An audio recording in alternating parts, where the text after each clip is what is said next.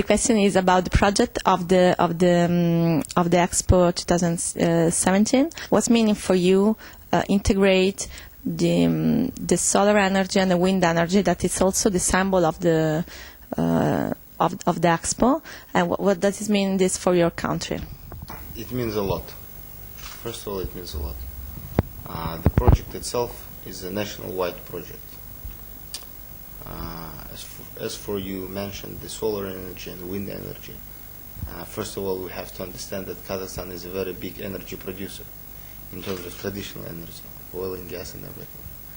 But what we realize is that we have to move forward.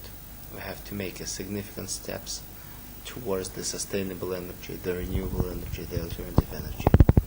And organizing the Expo is a project by what the whole nation, the whole country is making an important and significant step towards what I said before. And from this point of view, it actually means change in the country in terms of economical development, in terms of changing the model of economy from the current model of economy, where we are more or less is very not really dependent, but the large amount of our economy is really is going around the traditional industries like oil and gas, and so by this means we have to diversify it. By this means we have to make it sustainable, and making it sustainable, this actually means a sustainable future for our generations. So that's how I'm trying to explain you what does it mean for us, and it means for us important things. It means for us a lot. So the project is one of the first steps we're moving. First steps, you have an idea, so what could be the next step after this expo? Of course. Kazakhstan is the first country from the CIS region who declared the transition from already model of economy that we have now to green model of economy. And we have already set the plans in which year and how many percentage of the energy that will be produced will be renewable energy, how many percent will be alternative energy, what would be the next standards and everything. So these are the next steps of implementation, because here the expo will last for 3 months. We'll try to bring all the best practices in the world that in terms of saving energy, in terms of reducing CO2 emission, in terms of producing energy and combating climate change, in terms of living efficiency, using efficiently this energy in the city planning, in the industrial planning, in transport and everything. So all these best practices will be brought to Kazakhstan during this expo. And of course we need to move, we need to make a second step. We need to implement them. We need to absorb them. We need to, and after that,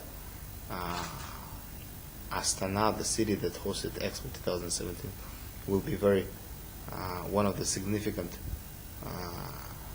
spots or hubs on the global map in terms of this renewable and alternative energy. In Expo in Italy now, intention about your country. We saw the movie about Follow the Energy. That I think that is really a good claim. Really interesting. A lot of young people that work here. What's about the culture of your country about energy? Probably you make also some innovation about culture in the young people. Probably that is the next step of your country, or not? No. First of all, when you're speaking about the culture and energy, it's. Our country is a very young country. It's a very dynamic country. So it actually absorbs the new ideas and innovations very easy. Just for example, you see our flag, and the sun is one of the symbols, which actually represent the solar energy as well.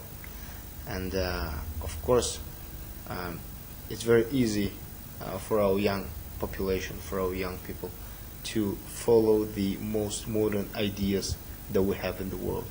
So from this point of view, if you mention the culture and energy in this way, I think that we're very easygoing in terms of acquiring something new. We talk about sun and wind energy, it's okay, but we are actually in Europe, we are really interested also in smart cities. So when the also the grid become smart. Are you working in some projects like similar? Yes, of course. Yes, of course. The expo site itself will be a prototype of the smart city, one of the smart cities that we have in the world, actually. And smart city is actually corresponds with the topic of live in efficiency, using the energy more efficient in city planning. And this is what smart is. Smart city is. This is why we do smart city in the world. I mean, we have to be very efficient. We have to be very smart. It has to be very controllable. It has to be stable and sustainable. This is smart city. And the expo site that we're building, 174 hectares, which is basically something about 1 million square meters, is actually a prototype of the smart city that we will have in Kazakhstan. Okay. Have you some lesson that you have learned by Italian Expo or not? Of course, a lot of. I used to tell that every expo have many things in common. First of all, the expo is something inspirational idea. The expo is a huge project that unites all the countries. This is theoretical. Practically, it's basically more or less the same organizational system, because all the layouts of the organization, constructions, operations, events organizations, protocol, international dealing with the international society is more or less the same. Of course, the topics are different and the content is different of the expo. But from the organizational point of view, there are so many similarities. So from this point, I think that each expo has to gain something from the previous expo and to add something new in its expo, of course. So from this point of view, we gained a lot of things from the organizational point of view from Expo 2015 that was, from my personal point of view, was very successful, actually. Thank you.